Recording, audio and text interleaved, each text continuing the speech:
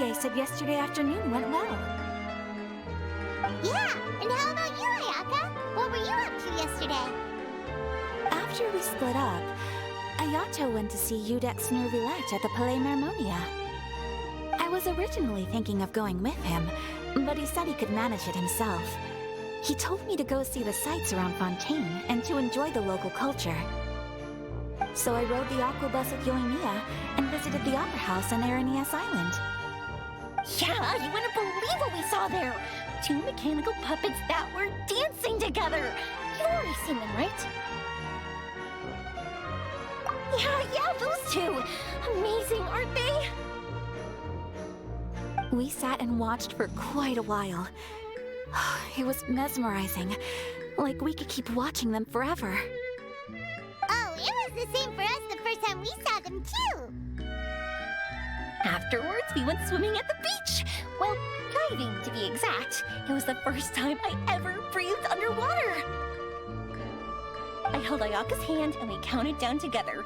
3, 2, 1, and then splash! We were beneath the waves. At first, I didn't dare to open my mouth. But once I couldn't hold my breath any longer, I decided to take a big breath in. Turns out the water wasn't as salty as I imagined. It didn't really taste like anything at all. Before I knew it, I was breathing like normal down there. It was an amazing feeling. Ayaka said I was too nervous and needed to loosen my grip. She got used to everything way faster than I did. I knew that the Traveler could do it, so I had no doubt we could do it too. That helped me feel at ease as soon as we dove in. The underwater world in Fontaine truly is beautiful. I love seeing the romaritime flowers blossoming underwater, like little candles lighting up the streets at night. Yeah, and there were so many creatures that we've never seen in Inazuma. Like those fish that shimmer like a sword blade. Whoosh! Oh, and those big fish that call when they see people. Oh, you mean Hunter's Rays and Blubber Beasts. I just love the name Blubber Beast. Just wait till Pops and the others hear about this. They probably won't believe a word I say.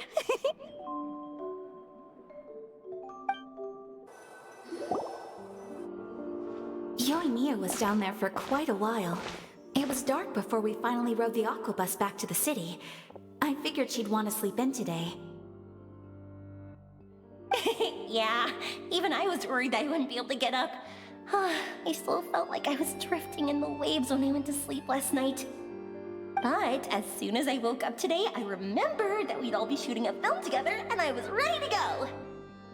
Speaking of the film, where's everybody else? My brother and Xavier were speaking to the restaurant owner about using the place as a filming location. They should be here soon. As for the others, We're here. Please excuse my tardiness. I just finished the Special Patrol's 6-mile morning jog. Wait, 6 miles? I'm so tired. I heard you all chatting, so I decided to come down. I sure could use some of that endless energy everyone else has.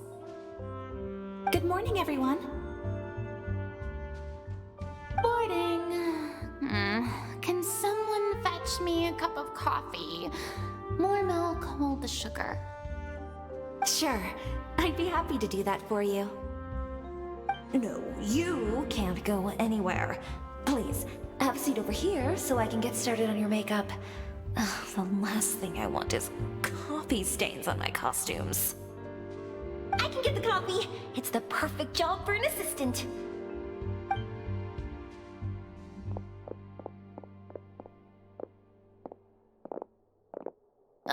So much energy. Seriously, what's her secret? Oh, Yoimiya's always like that. But you sure look exhausted, Farina. It's because you're not used to waking up so early, huh?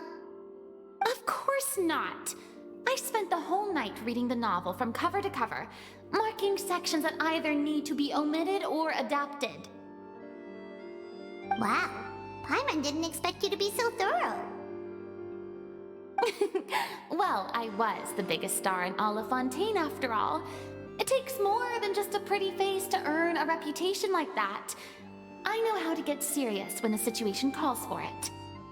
I went all out when I was acting as an Archon, so why wouldn't I do the same for my own life? Here's your coffee, Director Farina.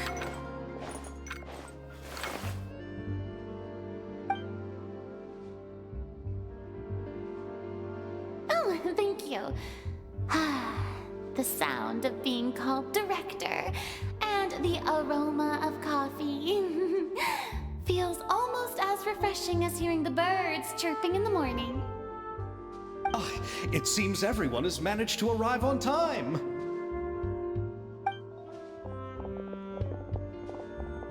We've reached an agreement with the restaurant owner. We are free to use the second floor to shoot our film. Really? That's great! He is really looking forward to our film, and hopes that providing his restaurant as a filming location will attract more customers. Well then, Mr. Xavier, I'll leave the rest to you. Okay, thanks. First, I'd like to introduce our new members. This is our prop manager, Veronique. She'll be in charge of all the film's props and items. And this is Bonneau, our lighting technician. He'll be in charge of lighting and illumination to set up each scene's atmosphere. Wow, sure feels like we have some real professionals joining the crew now. First of all, please allow me to first express my sincerest gratitude to everyone in the crew. When my investor informed me yesterday that he wouldn't be able to provide the funds, I really thought that this was the nail in the coffin for this film. I had no idea that I'd find so many people willing to help me on such short notice. Thank you. Thank you all from the bottom of my heart.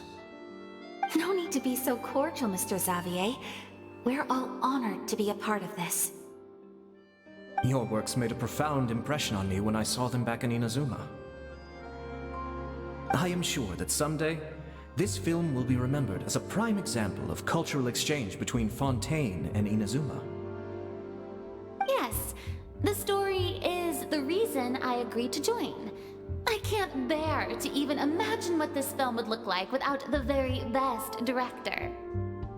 Anyway, I would like to make a promise to everyone that as the producer of this film, I'll do whatever I can to ensure that everything goes as smoothly as possible. This is not just my film. It also embodies the thoughts and feelings of every person here, as well as the endless effort we are about to pour into it. So, without further ado, the Two Musketeers will officially begin filming now! You may take it from here, Director Farina. All right, listen up, everyone.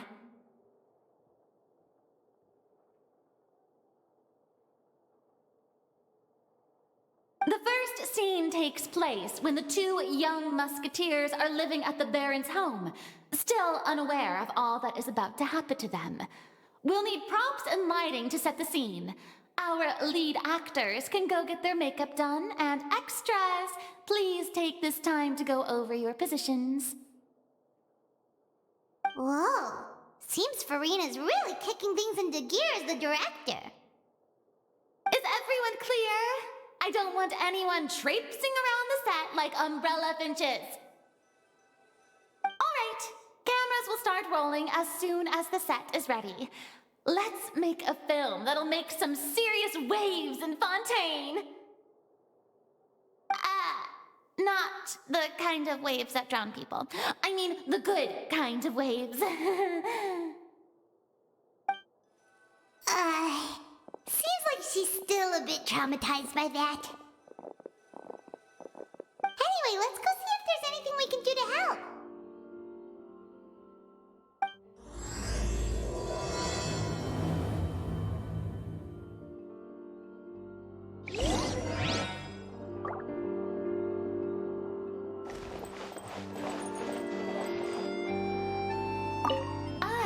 don't need any help here.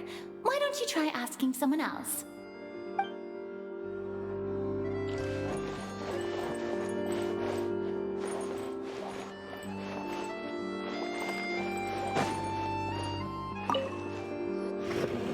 How about here? A little more to the left. You got it. Hey, Mia, do you need a hand? No, I'm fine. You know, doing the lighting is kind of like designing a fireworks show. It's interesting to imagine what kind of atmosphere the lights will create. I heard that the Traveler will be operating the camera and Paimon will be the clapper loader, right? Those roles are just perfect for the two of you. Really? Is that because it'll be easy for Paimon to hold the clapperboard while flying? Well, sure, there's that, but that's not exactly what I meant. I just think that after all your journeys together, you two must have developed a super close bond and just naturally know how to work with each other. If I'm not mistaken, the director will want the cameras rolling as soon as the clapperboard goes clack.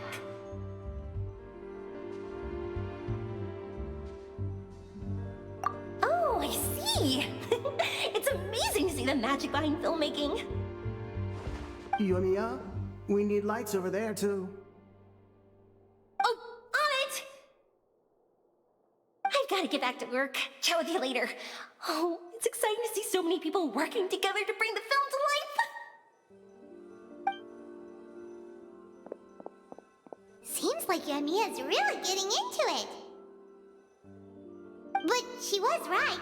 We do have a super close bond, don't we? Paimon's really happy to hear that.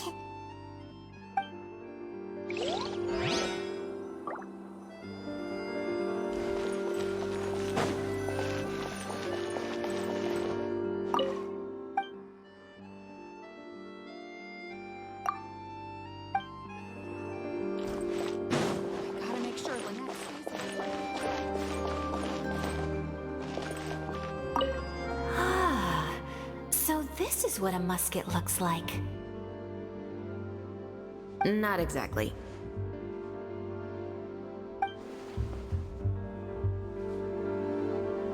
Ah, Not exactly.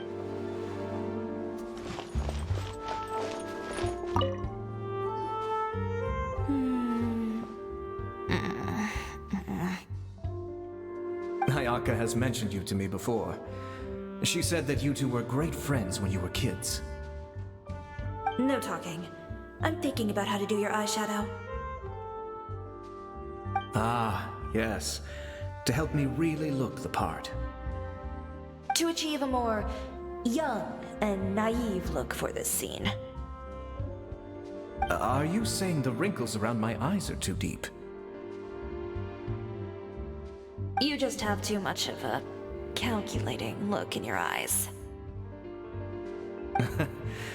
You sure don't mince your words. It seems you really haven't changed much. Quiet.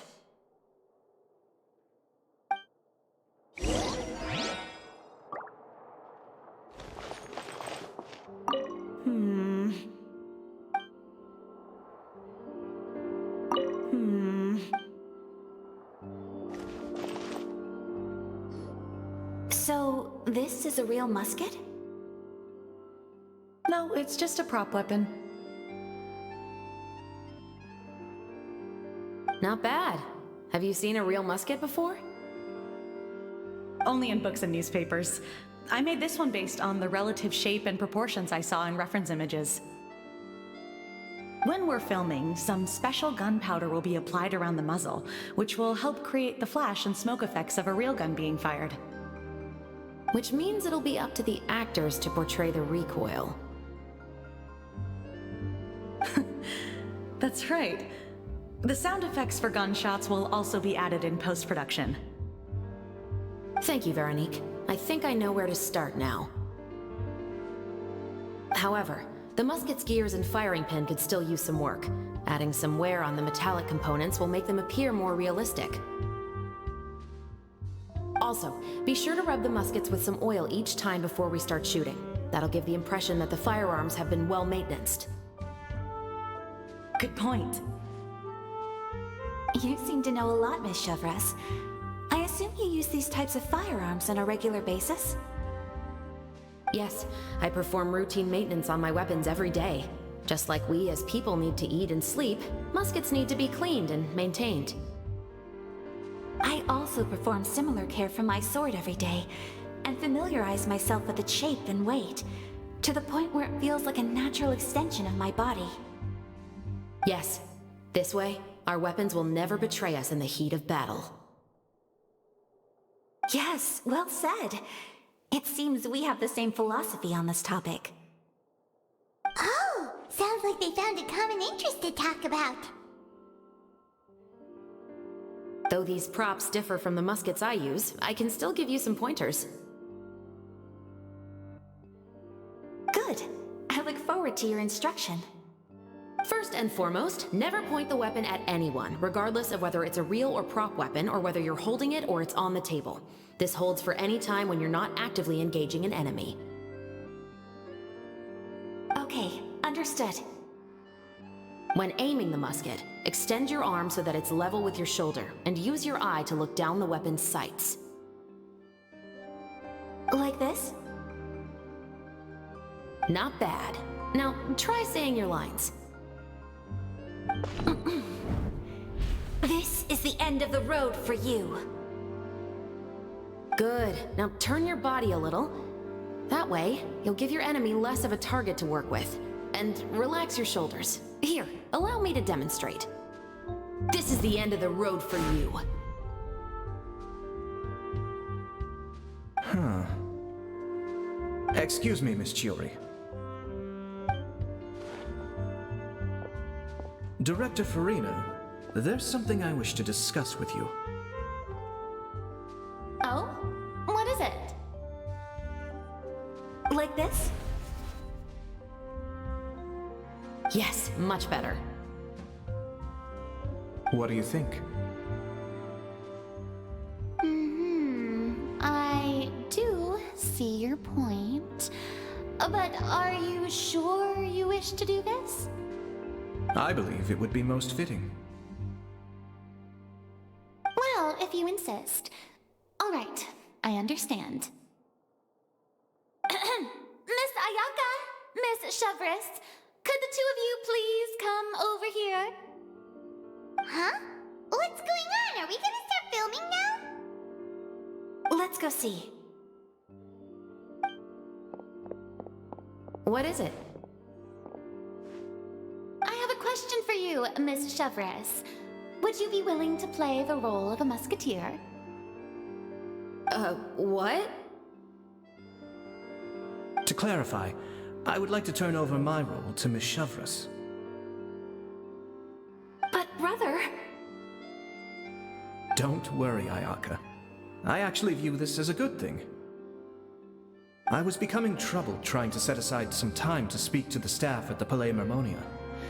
I would like to have some conversations about the cultural exchange between our two countries, and I've heard that the bureaucratic process here can get rather complicated. Now, I will be able to focus on my work. Besides, you also know that I'm not really one for public performances. Are you really sure? From a director's point of view, I also felt like the relationship between the two musketeers in the original story could be improved. The older brother in the story plays the lead role with his overbearing character, but this causes his character to overshadow that of his sister, and the theme of the two supporting and relying on each other isn't conveyed very well. But if we were to change the siblings to two sisters of a similar age, then that aspect of the story might come through more clearly. Also, I've seen you instructing Ayaka. That cold and dignified personality is exactly what we need for the older musketeer. Of course, even with all these insights, the decision should still be made by Miss Chevreuse. Chevreuse mentioned that she really likes the story, right? Paimon bets that she'll take the role. All right, I'll take the role. Good. It's decided then. I'll get started on making edits to the script. We'll also need to make some immediate adjustments to the lighting, props, and costumes. I have a feeling that our adaptation will be even better than the original story. You're doing a great favor for me, Miss Chevreuse. You have my gratitude. Don't mention it. I like this character, so if anything, I should be the one thanking you. Well, since my brother is the one who brought up the idea, I suppose there's no need to worry.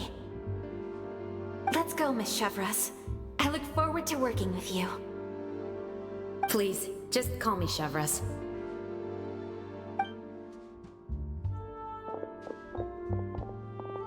Seems like you're really going out of your way to solve the problem I was having with your makeup.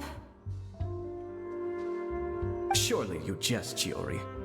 I assure you that I was mostly motivated by a desire to spend more time on formal business. Oh, come on. You really think I'd buy that? According to what I've heard from Ayaka, her brother is someone who can juggle 10 different matters at the same time. I'm sure you have other reasons for backing out. Perhaps. Ayaka always said she wanted to go out and see more of the world, just like the Traveler.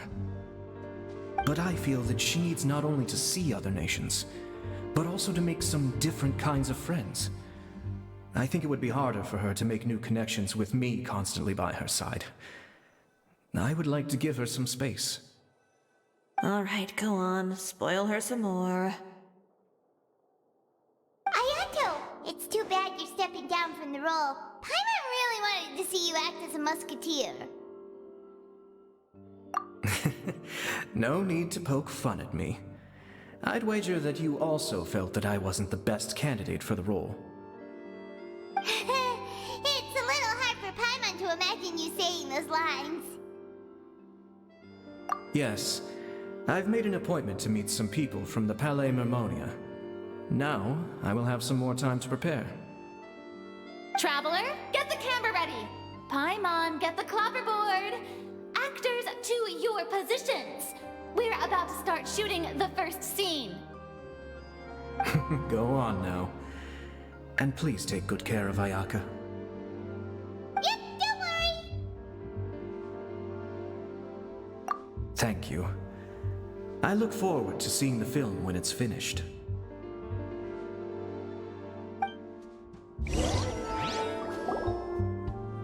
All right, now that we're all here, let me help set the scene for everyone. The first scene takes place when our two main characters are still living at the Baron's estate. They've been ostracized and verbally abused by others in the household, but they still have no idea why. We want to capture how naive and innocent they are, despite their pain. Chevreuse will be playing the role of the older sister, Tulip, and Ayaka will be the younger sister, Iris. Be sure to get close-ups of the main characters at the right moment. Silence on the set! Lights, camera, action! Let's go! Tulip, Mother's been out for quite a while now. Perhaps she went to pick some flowers on the way home. You know how she loves flowers. Iris, Tulip, I'm home!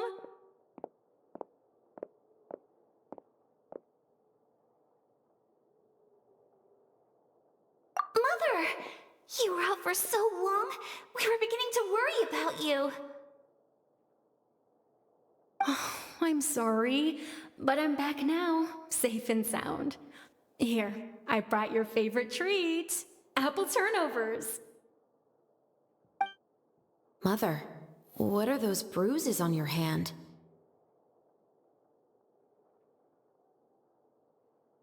Huh? What bruises? Oh, I must have bumped into something while I was working yesterday. But I didn't notice them this morning. Then perhaps they're from when I accidentally tripped when I was out just now. By the way, did you have fun playing at home?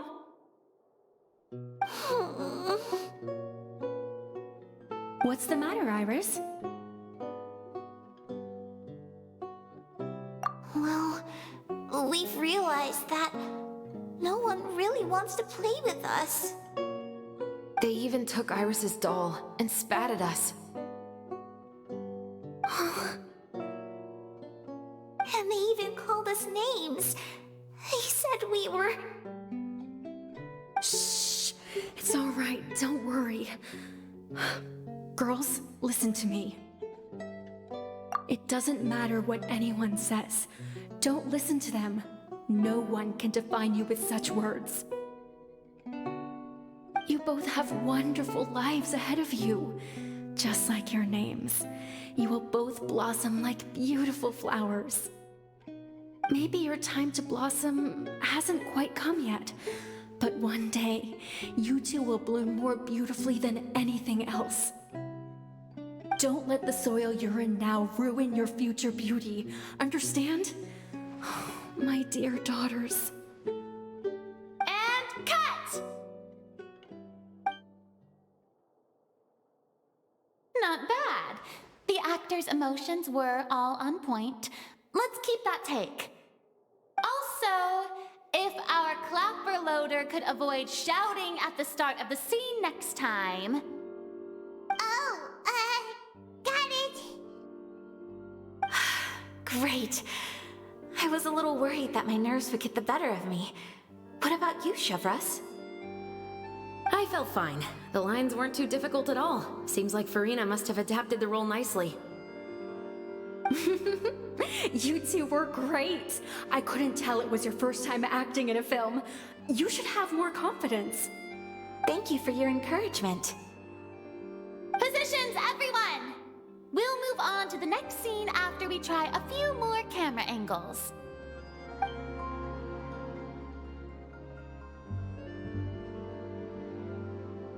This scene is when our two characters return home, only to discover their mother has been murdered. Ready? Lights! Camera! Action! Mother, we're back. Mother?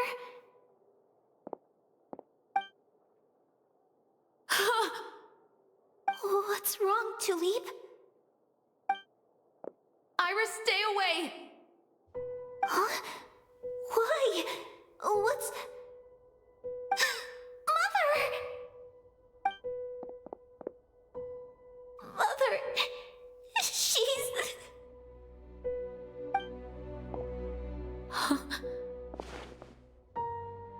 There's poison in this cup. Huh? I could have sworn I've seen this kind of cup before. Those aristocrats. They didn't even try to cover up their actions.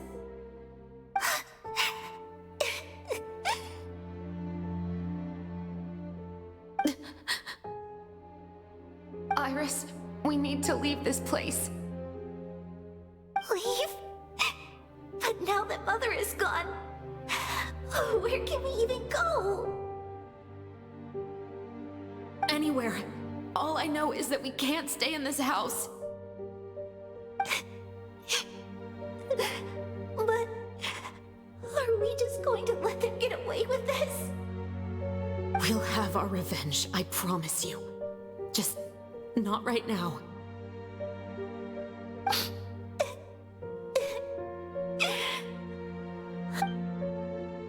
Come on, let's go. No, wait. We can't just leave Mother here like this. At least let me leave this rose with her. That's why we went out in the first place. To buy her this flower. All right. Goodbye, Mother. We'll avenge you. Someday. And cut! Beautiful! Great performance! Oh my, you're so Were those real tears I saw? How did you do it? I was surprised too. Thank you for the kind compliments. Actually, as soon as Director Farina said action, I told myself not to think about anything. I just felt the weight of the moment and became the character. It's quite similar to practicing the art of the sword. You clear your mind and focus only on what's happening in front of you. Ayaka's performance was amazing. Have I discovered an acting prodigy? Pipe down, everyone! We need to move on to the next scene!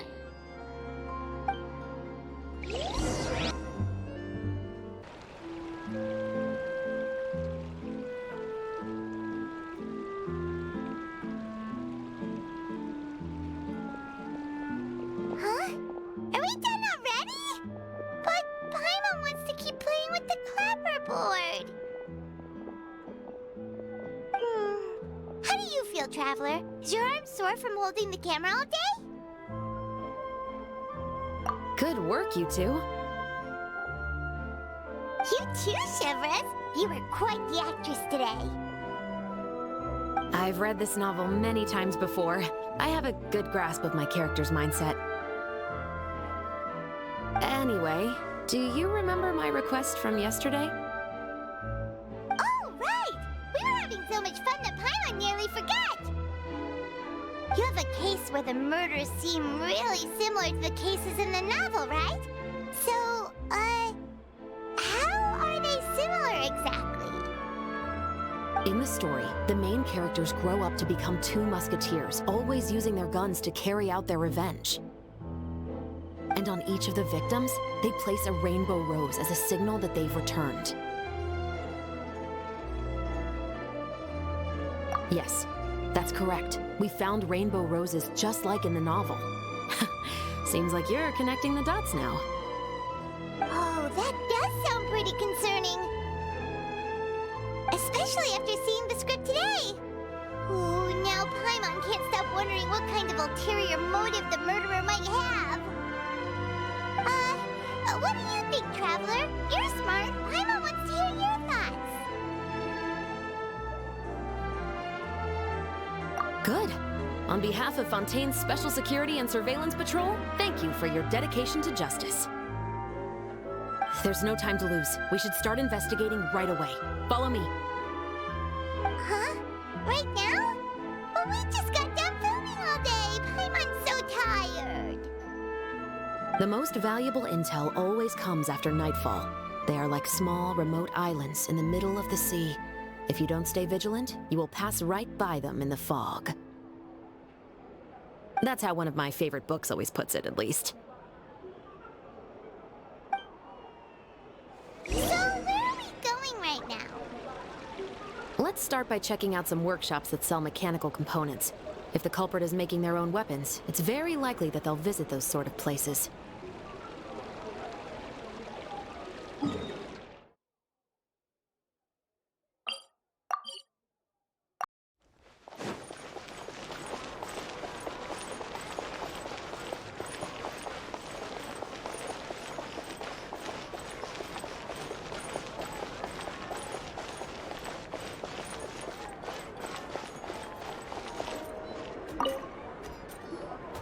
Welcome to Le Show's Clockwork Workshop. How can I help you? Hello. I'd like to know if anyone has purchased some special components lately. Special components? Sorry, could you be more specific? I mean the kind of components that aren't typically used for clockwork toys, but for firearms. Huh? For firearms? No, we don't sell those sort of things here. Don't misunderstand. I'm not here to cause any trouble.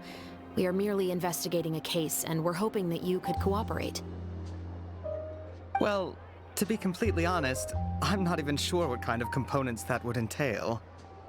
Has anyone ever purchased components here as an individual, rather than on behalf of an organization? We have a lot of customers who buy toys, but those who buy components are all regular customers who buy in bulk on behalf of their organization. Is that so? I understand. Thank you for your cooperation. You're welcome. It's the least I can do.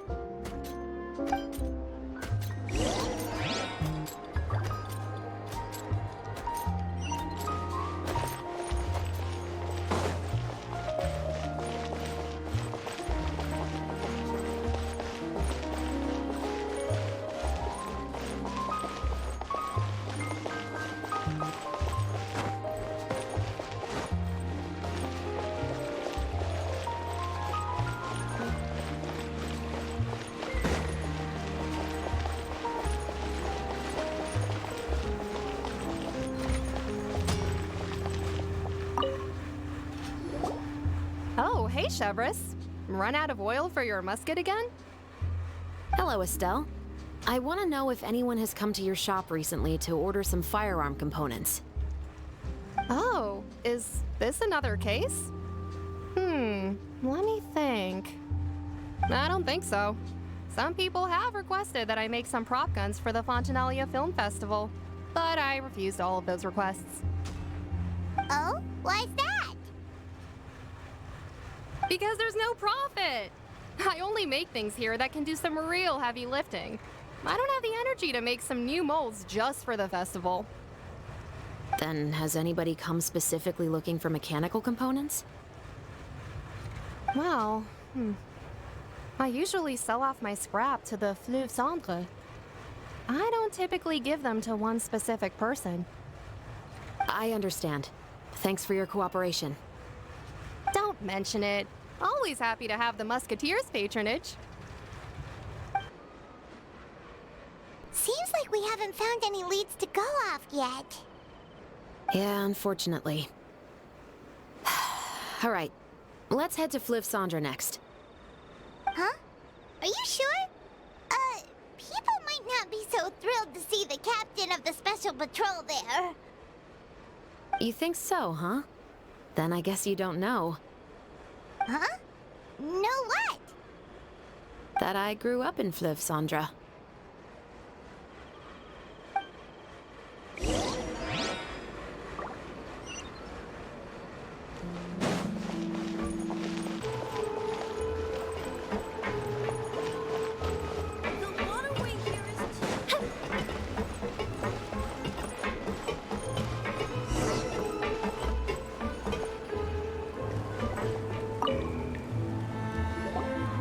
Hello, I'd like to ask some questions. I don't know anything. Don't worry, I'm not here to arrest anybody. You say that now. It's the truth. Here, take this as my guarantee. Wait, did Paimon just see what she thinks she saw? Is the captain of the special patrol bribing a citizen? Seems you're different from the other guards. What do you want to know? Have you heard anything related to muskets in Fleuve Cendre lately? Anything at all? Muskets, huh? All I know is that about 2 weeks ago, we started hearing some loud noises at night. So loud that it's been waking me up. Were they gunshots? Possibly. It's hard to tell around here. Someone's house collapsing, a pipe exploding somewhere, it's all the same. But the noises I'm talking about definitely happened after I fell asleep. Do you know where the noises were coming from? I don't remember clearly. Is it that you don't remember, or that you need to think about it some more? You tell me. Then please, think about it some more. She's giving her even more Mora!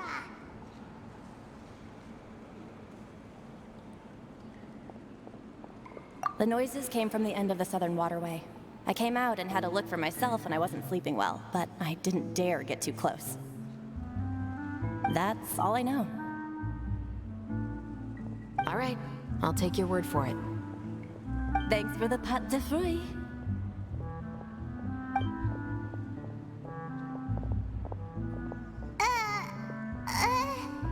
No need to be surprised. I grew up here, remember? I know how to get people around here to talk.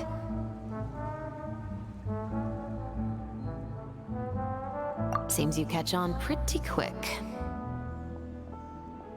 Now then, let's keep going.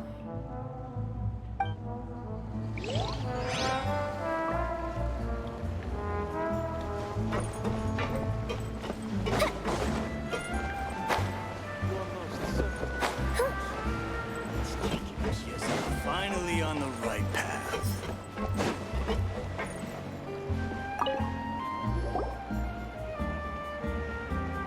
It's been a while, Tetro. Please, just get on with your request. I want to know if you've heard anybody talking about muskets lately.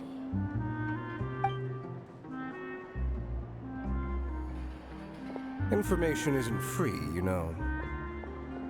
I've heard that bandits have been extremely active in the countryside recently, and they've been affecting the delivery of goods to Poisson. I can allocate some more manpower to help out with that problem. What do you say? You're still as helpful as ever. One of our men got drunk at dinner about a month ago and lost his gun. 3 days later, it turned up in the corner here. What's weird about that? He just forgot where he put it, right? This is Fleuve Cendre, my friend. Anything of value left in the tavern won't ever make it to the next day. But that gun turned out to be an exception. It didn't get any new wear and tear on it, and didn't even appear to have been fired. We were quite mystified as to what could have happened. I suspect it came back because the weapon was already known to the guards. You mean, a criminal was afraid the Marechaussee Phantom would use the shot marks to track them down? Maybe. But if that's the case, the culprit really took great care to avoid getting caught. I didn't say anything about a criminal. In Fleuve Cendre, knowing who was killed is as easy as knowing what clothes you're wearing today. It's the guy living in the east side, isn't it? I've never liked him. Every time he's here, he just orders a drink and sits there with a nasty look in his eyes. So, who was the one who lost the gun in the first place? Don't bother. Even if you ask, he wouldn't admit to owning a gun to some strangers. Not to mention the captain of the Special Security and Surveillance Patrol. He's right. I know you grew up here, Chevreuse.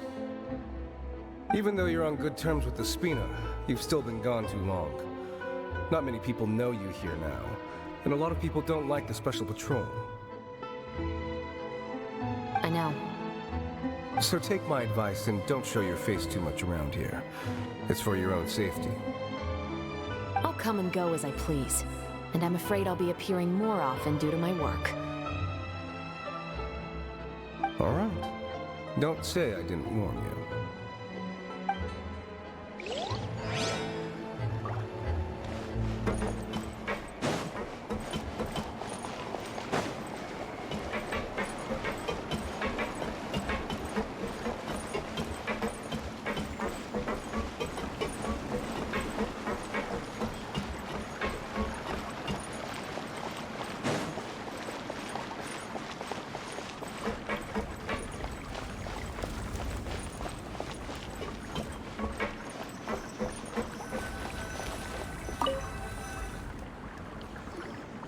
What's all this?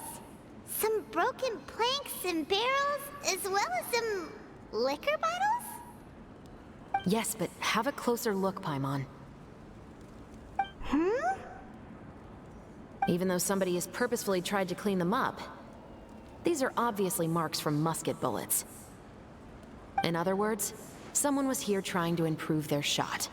They were using the barrels and bottles for target practice. Could it have been the killer?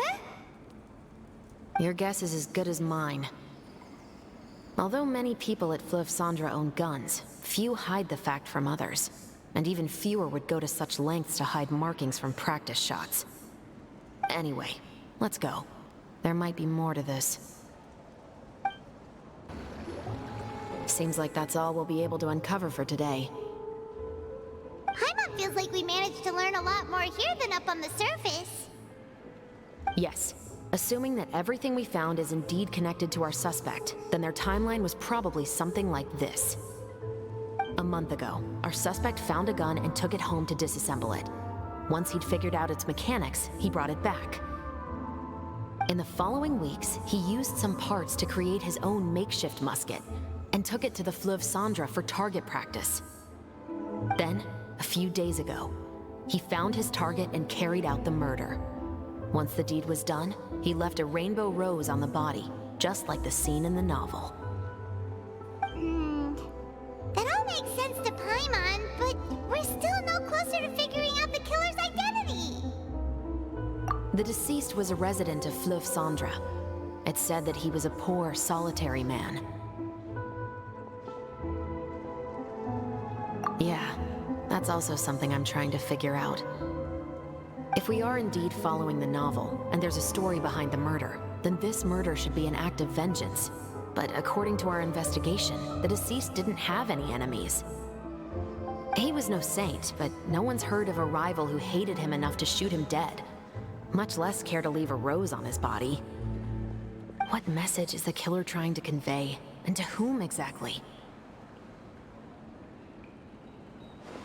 We've thoroughly investigated that possibility. He claims to have spent the whole day at the Opera House on the day of the murder, and the staff there have confirmed his account. Okay, so he has an alibi. Not only that, he lacks a credible motive as well. He has a family of his own, and both of his parents are still alive. I've looked into his records. He was adopted at the age of 6, and all the proper procedures were followed. There are also records of him at an orphanage before then. In the story, the mother of the 2 musketeers was murdered after the children turned 10. Of course, he could have changed the children's ages, but I don't want to assume anything without evidence.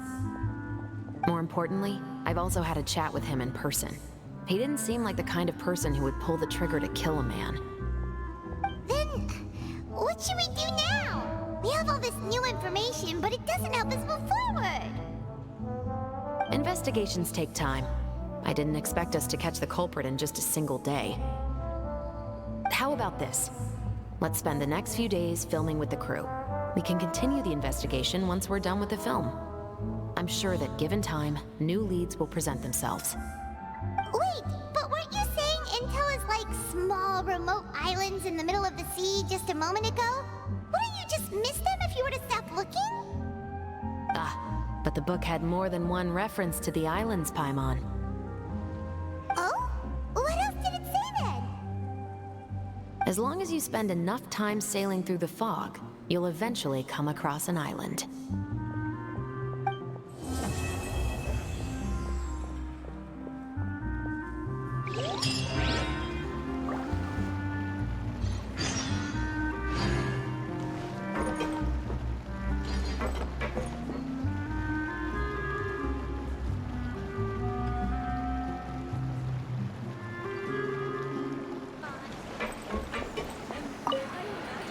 What? Never thought that the captain of the security and surveillance patrol could come from the Fleuve Cendre? Honestly, I'm pretty shocked too. There used to be a time when I thought I would never be able to join the guards. But as long as you can distinguish yourself through your accomplishments and skills, you'll eventually be recognized for your worth. If you look at it another way, my life at Fleuve Cendre has actually taught me a lot of valuable skills. Skills like how to barter with criminals or how to think in their shoes. Of course, I'd appreciate it if you could keep this a secret between us.